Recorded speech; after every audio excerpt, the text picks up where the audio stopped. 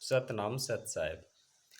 हम लोग पंडित और ब्राह्मण को किसी एक जाति से ही संबंधित समझते हैं कि एक जाति वाले लोग ही पंडित होते हैं या ब्राह्मण होते हैं, लेकिन इसके पीछे क्या सच्चाई है, क्या हकीकत है, वह हम लोग अभी नहीं जानते हैं। और उस जाति से पंडित व ब्राह्मणों ने भी इस जो सच्चाई को छुपा दिया गया है। तो हमारे शरीर में दो भाग होते हैं हमारे शरीर के। एक गर्दन से नीचे का पिंड वाला भाग कहा जाता है आध्यात्मिकता में, और गर्दन से ऊपर का भाग अंड या ब्रह्मांड कहा जाता है। श्री कृष्ण जी ने भी अपने इसी भाग में पूरे ब्रह्मांड को दिखाया था। तो यह भाग ब्रह्मांड है और यह भाग पिंड है। तो इस गर्दन से नीचे वाले शरीर में 4 चक्र होते हैं: मूलाधार चक्र, स्वादिष्टान चक्र, मणिपुर चक्र और अनाहत चक्र।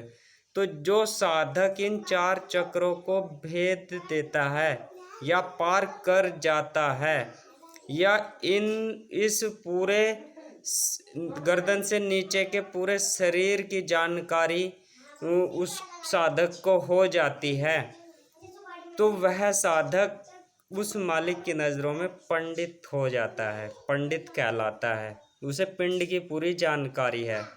और जो साधक पिंड से निकल करके ब्रह्मांड में पहुंचता है, अर्थात ऊपर के 3 चक्रों को भी पार करके सहस्रार में पहुंच जाता है, तीसरे चक्र में, 7वें चक्र में, तो ये होते हैं विशुद्धि चक्र, आज्ञा चक्र और 7वां या 7 पूरे शरीर के 7वां चक्र सहस्रार चक्र, और ब्रह्मांड का जो तीसरा चक्र है वो सहस्रार चक्र कहलाता है।